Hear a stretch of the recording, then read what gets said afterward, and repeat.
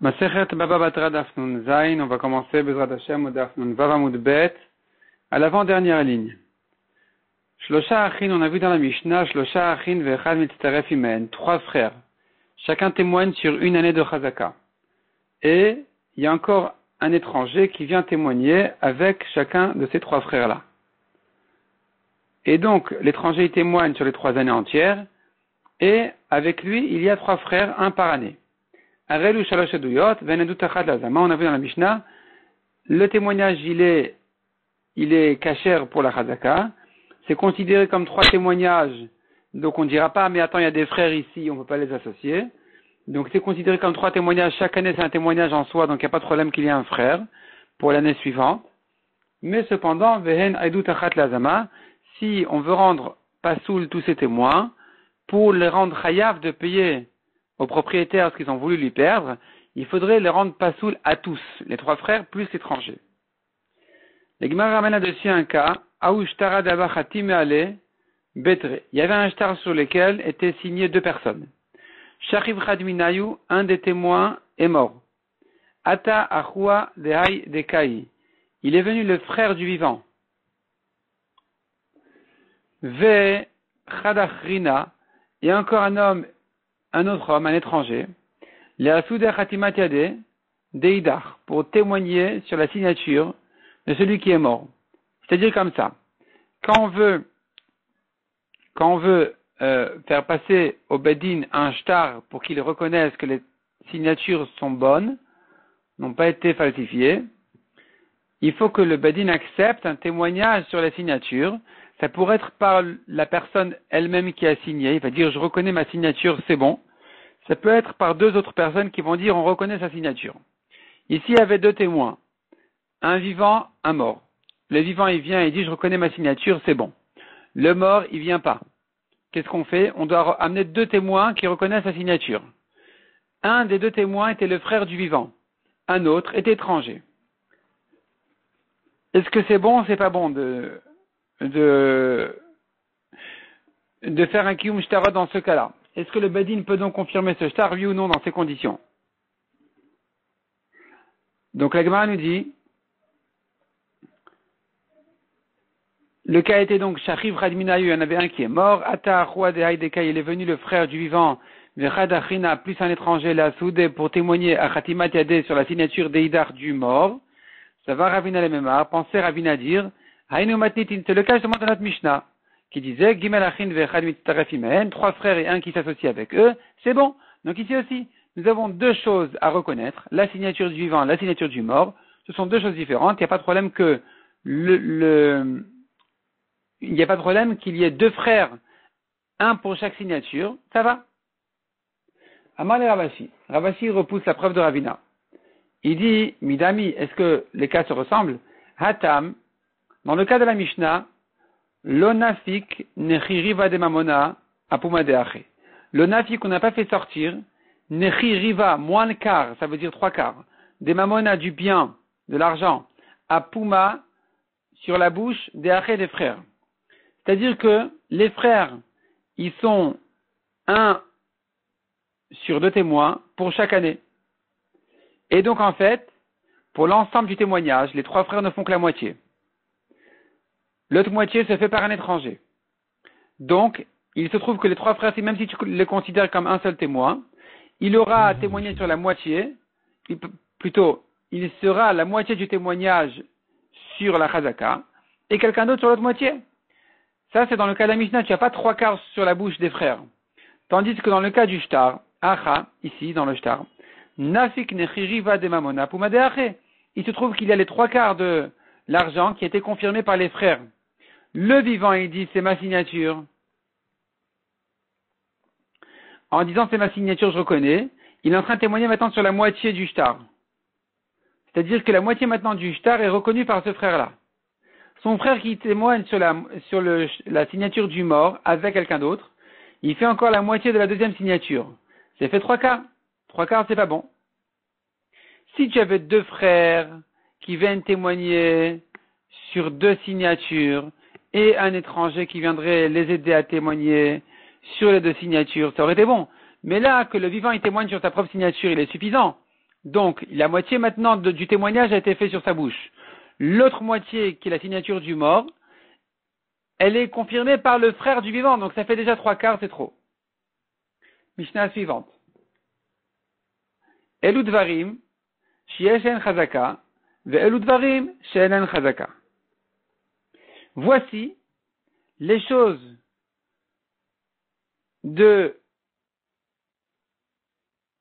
d'utilisation en fait d'un bien en commun, que cette utilisation-là est considérée comme une chazaka. Et voici les cas où c'est pas considéré comme une chazaka. La chazaka d'ici, c'est quand un voisin, d'après la Gemara qui va dire, ils sont deux associés sur une cour en commun, et il y en a un qui a l'habitude d'utiliser dans la cour toutes sortes de choses. Il a l'habitude d'attacher là-bas son vélo, de mettre là-bas ses coques ou quoi. On verra tout de suite la liste dans la Mishnah. Et un jour, son voisin lui dit, mais ça me dérange, enlève. Et l'autre lui dit, mais ça fait 3 ans que j'utilise comme ça la cour et tu m'as rien dit. Au contraire, tu as été mochel. Tu étais mochel, tu m'as permis. C'est comme un cadeau. Tu m'as permis d'utiliser comme ça. Donc il y a certaines choses qui sont considérées effectivement comme une chazaka et d'autres qui ne sont pas considérées comme une chazaka. Ce qui est considéré comme une chazaka, il pourra dire, voilà, tu t'étais depuis 3 ans, j'ai le droit d'utiliser comme ça. Ce qui n'est pas considéré comme une chazaka, eh bien, même s'il est là depuis longtemps comme ça, il pourra pas dire tu m'as permis. Il pourra pas dire tu m'as permis, c'est pas la preuve parce que on n'en fait pas une histoire. Donc jusque là je me suis tué, mais là dorénavant ça me dérange, j'ai le droit de t'empêcher d'utiliser la cour de cette manière-là. Et la Mishnah nous donne les exemples. Donc en fait, il ressort d'après le Rashbam que dorénavant, on reprend maintenant la première chazaka du Pérec, qui était non pas la chazaka de Kinyan, c'est pas une chazaka comment acquérir, c'est la chazaka de preuve au bout de 3 ans, comme quoi tu m'as permis d'utiliser cette chose-là de cette manière-là. C'est la chazaka, comme on a vu au début du Pérec, d'une preuve au bout de 3 ans, c'est la preuve que le terrain il est à moi. Ici aussi, il y a des preuves au bout de 3 ans que tu m'as permis d'utiliser comme ça. Donc quels sont les exemples? La Mishnah nous dit comme ça. Haya Mahmid Behema Bechater. Il avait l'habitude de laisser sa Behema là-bas, dans la cour. Tanour Rechaim Vekiraim, ou bien un four, moulin, ou Kiraim, c'est un petit four. Ou Megadel Tarnegolim, ou bien il mettait ses coques. Venoten Zivla Bechater, il mettait ses engrais dans la cour. Et na chazaka, c'est pas une chazaka. Parce que son voisin n'en fait pas une histoire et il s'est tué jusqu'à présent, même 3, 4, 5 ans. Et aujourd'hui, ça le dérange, il peut lui dire de sortir tout ça. Aval. Asa mechita li behemto gavoa asarat tfachim. Mais s'il a fait une barrière autour de sa behema, 10 tfachim de hauteur. Vechen etano, vechen ikiraim, vechen erechaim. De même, il a fait une barrière autour de son four, grand, petit, ou de son moulin. Ou bien, ichnis tarnegolin et tochabait. Il a rentré les coques dans la maison même. Là, la chazaka, elle se fait parce que le voisin ne devrait pas se taire. Ve'asa makom ezivlo. Ou bien, il a creusé un endroit pour ses engrais dans la cour, amok shlosha o gavoa shlosha, profond de 3 tfachim ou haut de 3 tfachim, arezu chazaka. C'est une bonne chazaka parce que le voisin ne devait pas se taire. Si c'est tu, c'est que, effectivement, l'autre pourra amener de là une preuve que tu m'as permis d'utiliser comme ça. Tu m'as permis définitivement.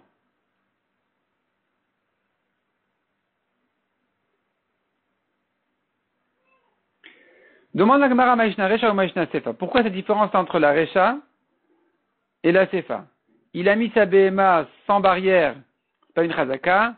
Il a fait une barrière, c'est une chazaka. La Gemara comprend qu'il s'agit d'un étranger, pas d'un associé. Il ne s'agit pas ici, d'après la Gemara, d'un voisin qui a un bien en commun avec celui-là. La Gemara, pour l'instant, comprend que c'est quelqu'un de l'extérieur qui vient laisser sa BMA ici dans la cour. Il a mis une mechita, une barrière, c'est une chazaka. Il n'a pas fait de barrière, c'est pas une chazaka. Quelle différence? À Maroula, la Gemara propose une première réponse qui sera repoussée, qui ne reconnaît pas encore le fait qu'il s'agit d'associés. Et où là, il vient dire autrement. Il vient dire comme ça. Kol sheil ou benirsa ger kana, tout ce qui aurait fait un kinyan dans les biens abandonnés du converti qui est mort, sans héritier, toute utilisation qui aurait été considérée comme une chazaka de kinyan, pour acquérir le bien, alors c'est suffisamment fort ici aussi pour dire que donc, Benirse Chavero Kana, chez son ami, il pourra dire aussi, la preuve que j'ai acquis, c'est que j'utilise le gens comme ça depuis 3 ans. Par contre, Kol Shilu Benirse Ager Lokana, toute chose qui n'est pas un kinyan dans les biens du guerre, Benirse Chavero Lokana. Il peut pas non plus dire, il peut pas prétendre, je l'utilise comme ça depuis 3 ans chez mon ami, c'est une preuve que c'est à moi. Non, la preuve n'est pas bonne. La preuve ne sera bonne que si c'est une utilisation suffisamment forte qui aurait pu être considérée comme un kinyan sur le bien. S'il était abandonné ou s'il devait le recevoir de quelqu'un sous cette forme-là, si c'était considéré comme un kinyan, ça sera considéré comme une preuve. Si c'est pas un kinyan, c'est pas une preuve non plus au bout de 3 ans. Et donc, la Gemara veut expliquer que maintenant, s'il a mis sa BMA, il n'a pas acquis un bien abandonné, ou bien si son ami lui dit va faire Chazaka, tu acquiers mon champ, il va mettre là-bas sa BMA, il va pas l'acquérir. Donc, c'est pas suffisant non plus comme Chazaka au bout de 3 ans de dire tu m'as permis. Par contre, s'il a construit une barrière, qui aurait été une Chazaka pour acquérir un bien abandonné, ça sera aussi une Chazaka de preuve au bout de 3 ans que tu me l'as permis. Malkifla Rav Shechet ou Klalaou, Rav Shechet il objecte, est-ce que c'est une règle qui est valable tout le temps, ta règle là de dire que ce qui est un kinyan est une preuve de Chazaka, ce qui n'est pas un kinyan n'est pas une preuve de Chazaka. Ve'are nir, un sillon. Ve'are pourtant, nir, un sillon. Devenirse ager kana. C'est un kinyan de Chazaka dans les biens abandonnés du guerre. Et pourtant, Benirse Chavero Kana, dans les biens de son ami, c'est pas un kinyan. S'il a fait un sillon 3 ans, c'est pas la preuve qu'il est propriétaire. Le propriétaire lui dira, merci beaucoup, je me suis tué parce que tu m'as rendu service. Tant que tu prends pas de ma récolte, ça me dérange pas que tu travailles sur mon champ, au contraire, ça me rend service. Donc la chazaka n'est pas bonne. La chazaka de preuve que c'est à toi, au bout de 3 ans, ne peut pas se baser sur un sillon, sur des sillons que tu as fait. Donc voici ici une objection sur le principe que nous avons dit, que tout ce qui aurait été considéré comme une chazaka de kinyan est valable aussi en tant que chazaka de preuve au bout de 3 ans. Non, le sillon, il est bien pour une chazaka de kinyan et mauvais pour une chazaka de preuve au bout de 3 ans. Deuxièmement, dans l'autre sens, la récolte, c'est une preuve qu'il a acquis de son ami au bout de 3 ans de récolte, il a pris pour lui la récolte au bout de 3 ans, c'est bon.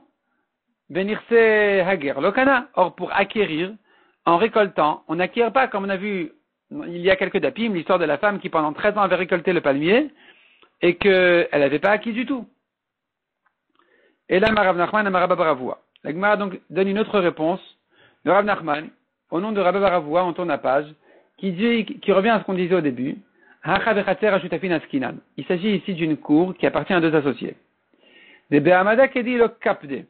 Et donc, un associé n'est pas gêné que son voisin, que son ami laisse sa BMA là-bas. Par contre, Amechitza Kapde. Donc, Behamada Kedi, de mettre là-bas la BMA Kedi seul, sans rien, sans ajouter une barrière, le Kapde, il n'est pas makpid, il n'est pas dérangé. Par contre, Amechitza Kapde, mais qu'ils viennent commencer à construire ici une barrière, ça passe pas. Et donc, puisque ça ne passe pas, au bout de 3 ans, c'est une chazaka. Demande à Gemara au Behamada Kedi le Kapde, est-ce que rien que de laisser là-bas la BMA, il n'est pas makpid, il n'est pas gêné? Pourtant, nous avons une Mishnah concernant les Nedarim. Ve'atnan ashutafin shenadrua nazemize. 2 associés, ils sont disputés, ils ont fait un Neder, tu ne profites pas de moi, je ne profite pas de toi. Asurin ikanes echatzer, ils n'ont pas le droit de rentrer, de traverser la cour. Donc tu vois que chacun qui rentre dans la cour, c'est considéré comme s'il rentrait chez son voisin. Parce que si son voisin n'était pas makpid, n'était pas gêné, on aurait dû dire c'est comme Esker par rapport à rentrer dans la cour, vis-à-vis de cette utilisation de la cour, c'est un usage qui est considéré comme quelque chose de Esker. Or on a dit non, c'est pas Esker, tu rentrais chez ton voisin aussi. Quand tu rentres dans la cour, tu rentres chez toi et chez ton ami. Or tu as un éder, ne pas profiter de lui. Donc tu n'as pas le droit de rentrer dans la cour. Et donc maintenant, d'après la Mishnah là-bas de Nedarim, on devrait dire que celui qui a mis sa BMA dans la cour, il est considéré comme quelqu'un, donc, en fait, son voisin devrait être gêné par ça. Et s'il s'est tué, on devrait faire de là une chazaka, même sans barrière. Et la Rav Nachman Amar Abba Bravua, Acha berechava shel achorei batim askinam. La Gemara donc corrige un peu la réponse. Elle dit non. Il s'agit ici de pas la cour qui est devant les maisons qui était utilisée fréquemment. Il s'agit ici de rechava, c'est en fait derrière les maisons. Il y avait un peu une cour aussi derrière la maison qui n'est pas utilisée fréquemment. C'est un peu comme une cave. On met là-bas les affaires qu'on veut laisser longtemps. Et là-bas effectivement des be'amada qui dit le kabde, ve'amechitza kabde. Là-bas ils sont pas makpid, ils sont pas gênés qu'il y ait là-bas qu'un des deux ils mettent là-bas sa BMA, mais s'il fait une barrière là-bas, ça va déranger déjà. Rav Papa Amar, autre réponse. Idi vidi bechaser hashutafin. En fait, et la Mishnah de Nedarim, et la Mishnah chez nous, elle parle d'une cour en commun des associés. Veika de kapde, veika de le kapde. Il y a des gens qui sont gênés par le fait que son ami traverse la cour ou qu'il mette là-bas sa BMA. D'autres ne sont pas gênés. Et donc, on va dire comme ça. Gabé mamona le kula, gabé isura le khumra. Concernant les dîners mamonot, on va prendre la kula de dire, son voisin n'est pas gêné. Et donc, le fait qu'il te laisse mettre ici ton cheval, ton âne, ta vache, c'est pas une preuve de chazaka. Tandis que, concernant un problème de nedarim, qui est une question de issour, alors là, on va dire qu'il est 8 makpid, il est 8 gêné, que tu traverses sa cour, et que donc ça s'appelle que tu profites de lui, et dans un cas de neder, ça sera interdit.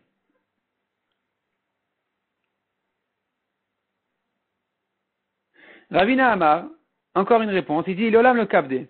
En fait, ils sont pas gênés du tout. Ils sont pas gênés les gens.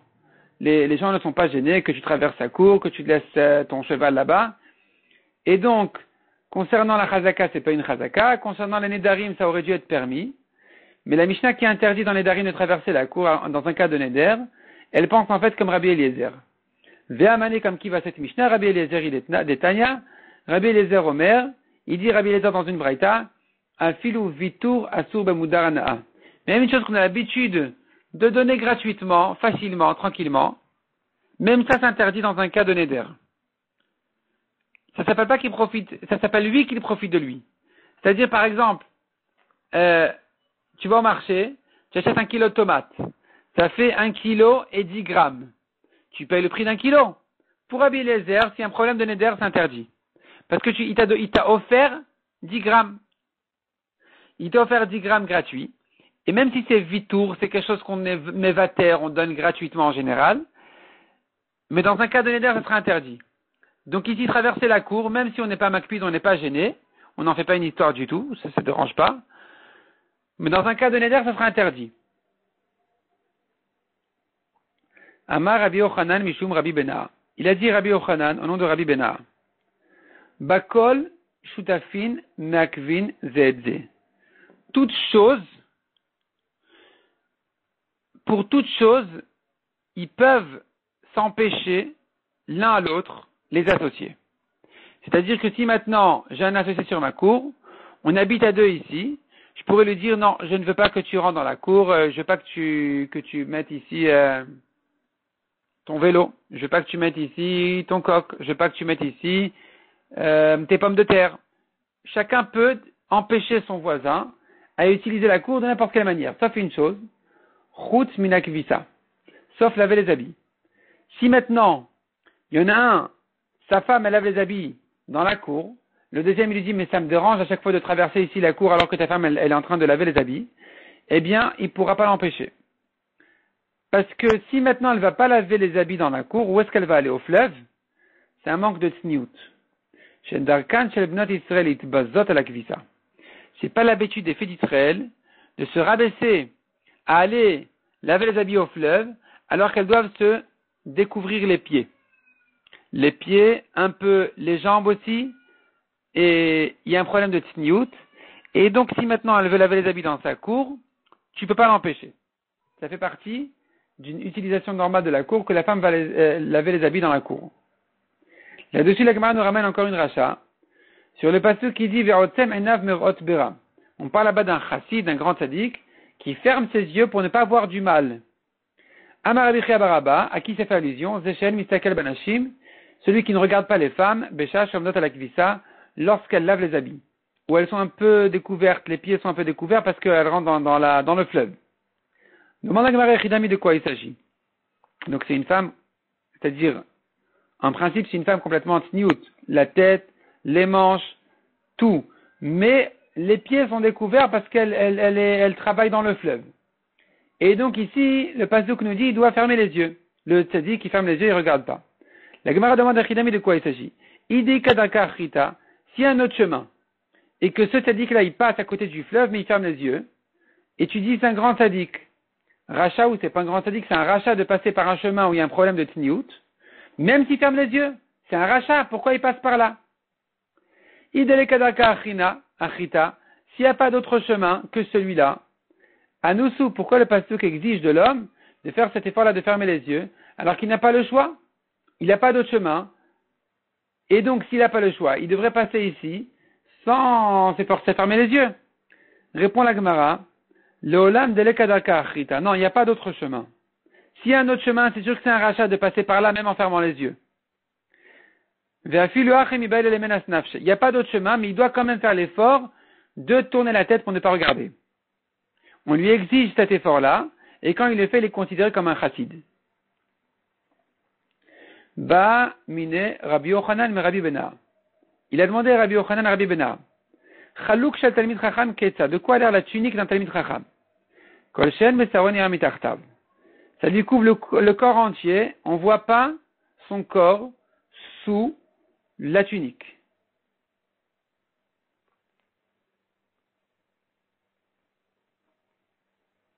Et donc, il a un niveau de tsniout qui est à la hauteur de ce talmid chacham. D'après le Rashbam, c'est une question de longueur. Une question de longueur, que ce soit suffisamment long. C'est pas qu'une question que des fois le tissu, il est un peu transparent et on voit son corps à travers le tissu, on voit ses jambes. Ici, d'après le Rashbam, c'est pas forcément ça, c'est une question de longueur.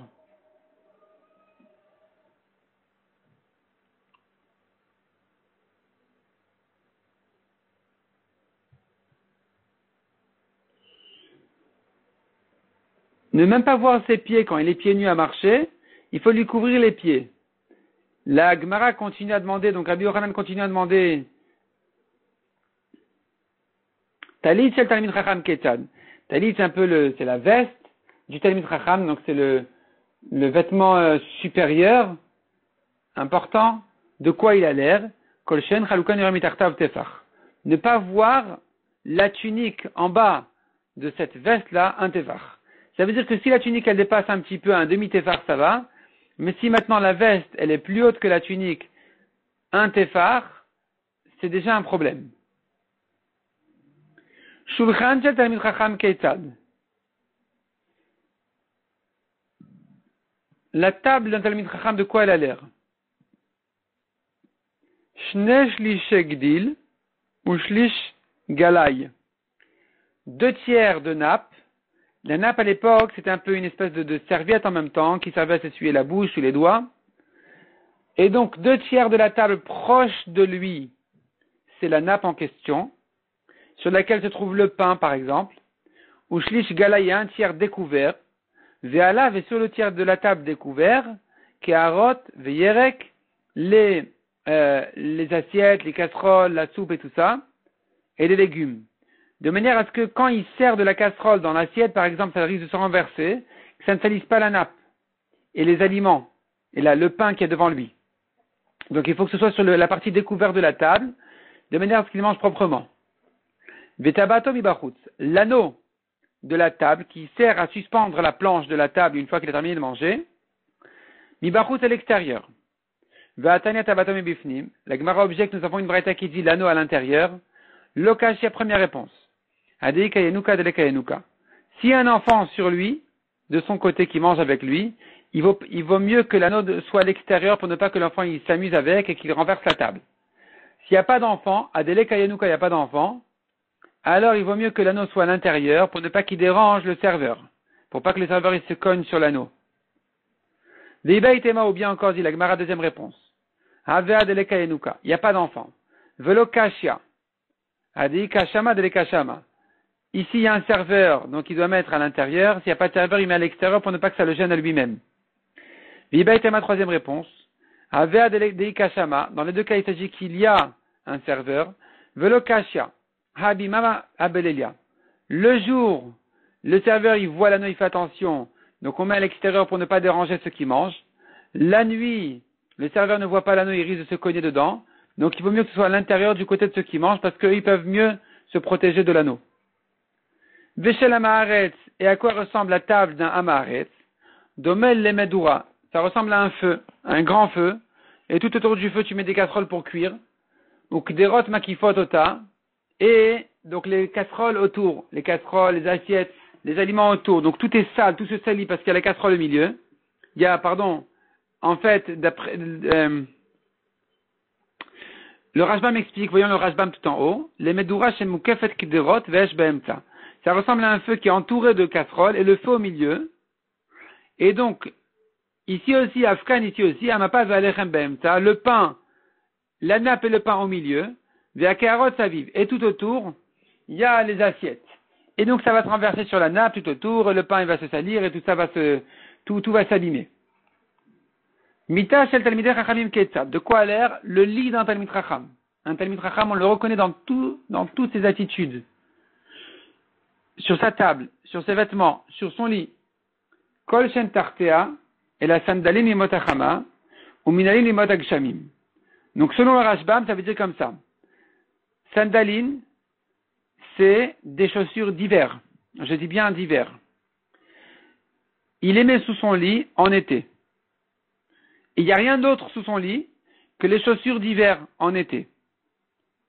Donc, kol shen tartea, et la sandalim imot achama, tout lit qu'il y a en dessous du lit uniquement les chaussures d'hiver pendant les jours d'été, où il garde ses chaussures d'hiver sous le lit, ou min alin et motakshamim, et les chaussures d'été pendant l'hiver. Donc la traduction d'aujourd'hui, dire sandales et chaussures que nous avons l'habitude de dire aujourd'hui, c'est le contraire des sandales et des chaussures de la Gemara. Les sandales, c'était des chaussures entières, et les minalim, les chaussures, c'était des chaussures d'été plutôt, plus aérées. Veshel amaharetz, alors que le lit d'un amaharetz, tu regardes en dessous, domé le otar balous. C'est un grand mélange, un grand désordre, il y a de tout. Il y a des chaussures, il y a des habits, il y a des aliments, il y a des canettes, il y a des fruits, il y a des bambas, il y a du n'importe quoi en dessous. Alors que on a appris que les aliments qui sont en dessous d'un lit, c'est mauvais, il y a une rouachra dessus, et donc le Talmid Chacham ne laisse rien en dessous de son lit d'autre que ses chaussures, mais lui, là, Maharet, il laisse tout en dessous de son lit, un grand mélange. Et c'est comme ça, donc, on reconnaît aussi un Talmid Chacham d'un Maharet par rapport à son lit.